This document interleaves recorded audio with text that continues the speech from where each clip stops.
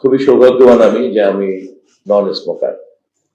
কারণ যদি স্মোকার হতাম, যদি আমি স্মোকার হতাম তাহলে আমাকে সিদ্ধান্ত নিতে হতো আমি হয় আসবো না অথবা আমাকে স্মোকিং ছেড়ে এখানে আসা লাগতো। সেই দিক থেকে আমি খুবই সৌভাগ্যবান এবং এর কৃতিত্ব অনেকটাই আমার স্ত্রী। দীর্ঘদিন আগেই আমি স্মোকিং ছেড়েছি, তার একটা বিরাট অবদান আছে। আমাদের সাফল্য যদি বলেন এই সরকারের, সেটা দেখানোর সুযোগ এখনো পাই নাই, তবে উত্তরাধিকার সূত্রে আমাদের সাফল্য আছে। আমাদের প্রয়াত নেত্রী, মাতৃতুল্য নেত্রী, সাবেক প্রধানমন্ত্রী 3 বারের বেগম খালেদা জিয়া সরকারের আমলে আমাদের সরকার, আমাদের দেশের সরকার FCTC তে স্বাক্ষর করে 2003-এ, যেটা আপনারা একটু আগে দেখলেন। তৎকালীন সময়কার স্বাস্থ্যমন্ত্রী ছিলেন ডক্টর খন্দকার মোশাররফ হোসেন, এবং আমি আপনাকে ধন্যবাদ জানাই যে আপনি সেই সচিত্র প্রতিবেদনটা আমাদেরকে দেখানোর মধ্য দিয়ে অনুষ্ঠানটাকে অনেক বেশি প্রাণবন্ত করেছেন। সেই ধারাবাহিকতাতে ওই সরকারের আমলে আমি তখন সংসদে ছিলাম, আমি সংসদ সদস্য ছিলাম। 2005-এ ধূমপান ও তামাকজাত দ্রব্য ব্যবহার নিয়ন্ত্রণ আইন 2005 আইন করা হয়েছিল। আমি সৌভাগ্যবান, আমি এই আইনটার সঙ্গে তখনও সংসদ সদস্য হিসেবে জড়িত ছিলাম। এখন আমাদের সামনে প্রশ্ন, আগামী 12 তারিখে যখন জাতীয় সংসদ বসবে তখন প্রায় 130টা অধ্যাদেশ আমাদের সামনে হাজির হবে, যা আমাদেরকে আলোচনা করে হয় আইনে পরিণত করতে হবে অথবা স্বয়ংক্রিয়ভাবে অধ্যাদেশগুলি বাতিল হয়ে যাবে।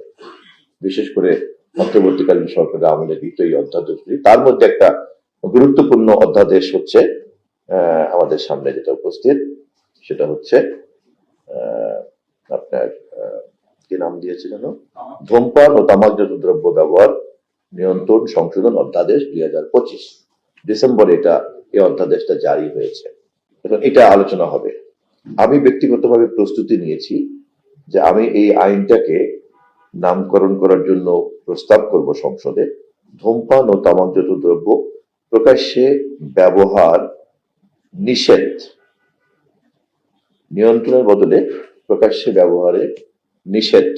আমি এভাবে প্রস্তাব করবো। আমি জানি না আমার প্রস্তাব বা আমার চিন্তা কতটুকু গ্রহণীয় হবে। তো সেখানে তখন আর নিয়ন্ত্রণ বলতে যে একটা ঢিলাঢালা ভাব থাকে সেটা আর থাকবে না। অন্তত প্রকাশ্যে কিন্তু এটা আইনি অপরাধে পরিণত হবে যদি নিষেধ শব্দটাকে সংযুক্ত করা যায়। আমি সংসদে প্রথম অধিবেশনের জন্য আমার যে প্রস্তুতি গ্রহণ করছি তার মধ্যে এটাও একটা আমার এজেন্ডা হিসেবে আছে। আমার আত্মবিশ্বাস যে বেশিরভাগ সংসদ সদস্যরাই এ বিষয়ে এগিয়ে আসবেন এবং আমরা এটাকে, এই অধ্যাদেশকে আমরা আইনে পরিণত করতে পারবো ইনশাআল্লাহ।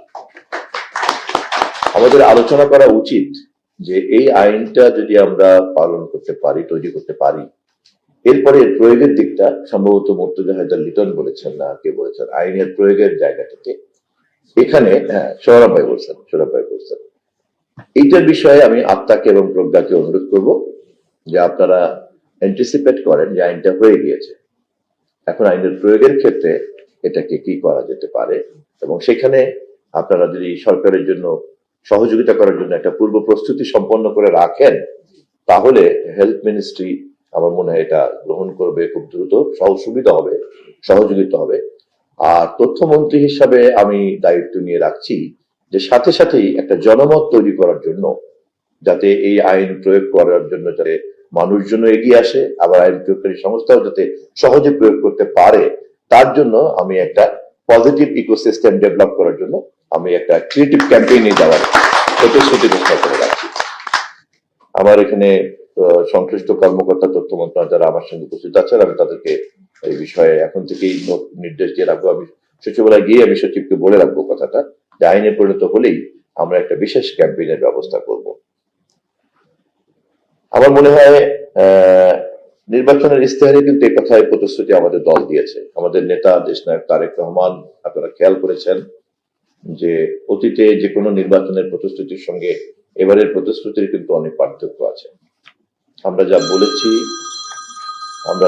বলেছি, আমরা চেষ্টা করছি মানুষের কাছে এই বার্তা দিতে, উই মিন বিজনেস, আমরা এই বার্তা দেওয়ার চেষ্টা করছি।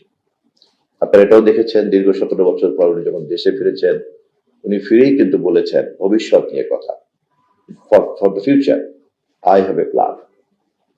উনি কিন্তু 17 বছরে কি কি মারামারি হয়েছে, কাটাকাটি হয়েছে, ওনার কত রক্তক্ষরণ হয়েছে, ওনার কি কি ক্ষতি হয়েছে, ওনার মায়ের কি ক্ষতি হয়েছে, ভাইয়ের কি ক্ষতি হয়েছে, তারপরে জনগণকে কান্নাকাটি করার জন্য, উদ্বুদ্ধ করার জন্য কোনো নাটকীয়তার মধ্যে কিন্তু উনি যান নাই। একজন রাষ্ট্রনায়কের সংক্ষিপ্ত আয়ুতে ততটা সময় সে অ্যাফোর্ড করতে পারে না আবেগ চর্চার মধ্য দিয়ে। অতীতের রাজনীতির সঙ্গে আজকের সরকার, তারেক রহমানের সরকারের রাজনীতির এটাই পার্থক্য। একটা প্রতিশ্রুতি যেহেতু এই বিষয় ছিল, আমরা সেই প্রতিশ্রুতিটাকে আশা করি বাস্তবায়ন করে